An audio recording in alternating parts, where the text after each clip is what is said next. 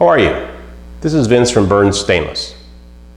This video will be discussing Mandrel Bends, what they are, what the big deal about them is, and giving you a better description of how you can order them from Bends Stainless. This is our second video, and in our last video somebody commented that I sounded like I was in the bathroom. Well, to remedy that situation, I am now wearing a lavalier mic. Also, in our last video, we did the green screen fancy trick with a nice moving Technicolor background, and this time we're going to go old school. Just a simple background with my buddy Smokey Eunuch sitting right behind me, making sure that I give you the right information. So, what is a mandrel bend? A mandrel bend is a tube, metal tube, that has been bent using a mandrel such that the cross-sectional area through the bend remains circular and constant, minimizing ovalization. Why is that important? Well, when a tube ovalizes, it actually reduces the area of the tube, restricting flow. So we want to minimize that at all costs, and for a proper header system to be made, you definitely do want to be using a mandrel bend. A bender such that you might find at a muffler shop is not a mandrel bender. It is actually known as a crush bender, and as the name implies, the tube actually gets crushed through the bend. Here is a video of a mandrel bender in operation. Most benders are hydraulically operated, with some high-end benders having precision electrical servo control. This photograph shows the various parts of the mandrel bend tooling. The main components of the tool set are the mandrel, the clamp die, the pressure die, the wiper die, and the bend die. In this figure, you can see the articulating nature of the mandrel.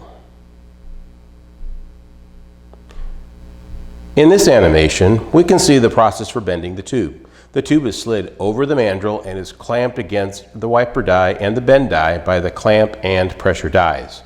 As the bend die rotates, the pressure die keeps the tube against the bend die, while the segmented mandrel remains inside of the tube, preserving the cross-section.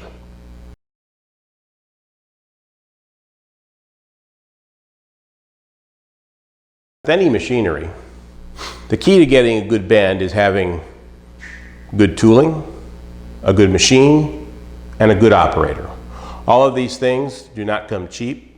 Therefore, a good, proper, consistent supplier for mandrel benders really has to spend its money and resources to making sure it gives you the best product that you need. There are 5 characteristics to describe a mandrel bend. Those would be 1, the tubing diameter, 2, the degree of bend, 3, the centerline radius of the bend, 4, the wall thickness of the bend, and finally 5, the metal alloy that's being bent. The Bends Stainless part number is a simple combination of these characteristics. The first 2 characters represent the degree of bend.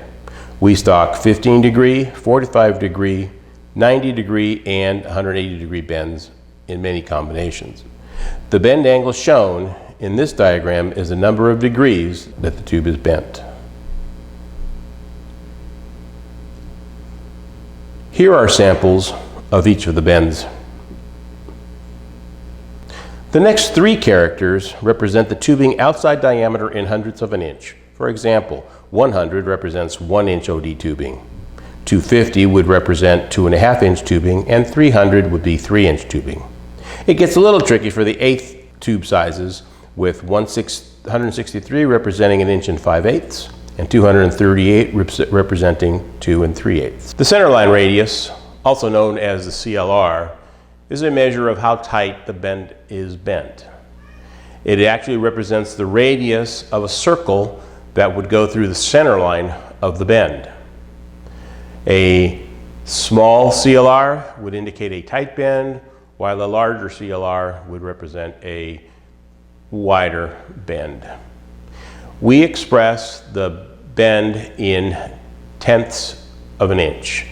So for example, 25 would represent a 2.5 inch centerline radius, while 30 would represent a 3-inch centerline radius. The power of a bend can be easily visualized on a U-bend.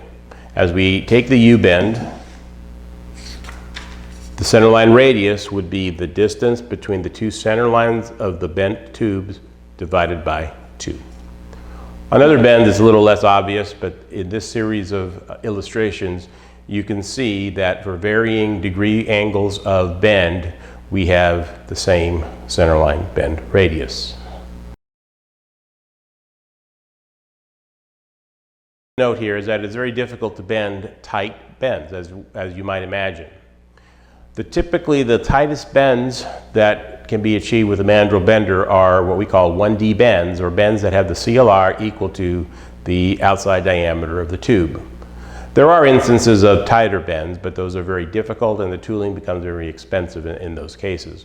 Also, tubing that is tighter than 1D is actually very detrimental to exhaust flow because we're trying to turn the exhaust too quickly.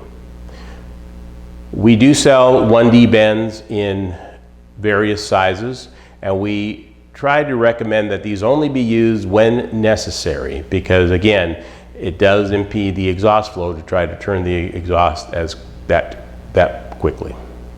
The next set of characters in the Bends stainless number represents the wall thickness of the tubing in gauge. And as we discussed in our last video, 16 gauge would represent 65 thousandths, 18 gauge would represent 49 thousandths, 20 gauge representing 35 thousandths. In a couple of our aluminum sizes, we actually have 17 gauge tubing, which is a 056 wall material. Finally, the last set of characters represents the material. For the standard materials we carry, which are 304 stainless, 321 stainless, and 6061 aluminum, the numbers are easy. We also do provide special alloys such as 316 stainless and Inconel on special order. And again, those would be designated with a 625 or a 316. I hope that this video has been useful for you. And please check back to our website as we will be continuing this series of videos. Thank you very much. Cheers.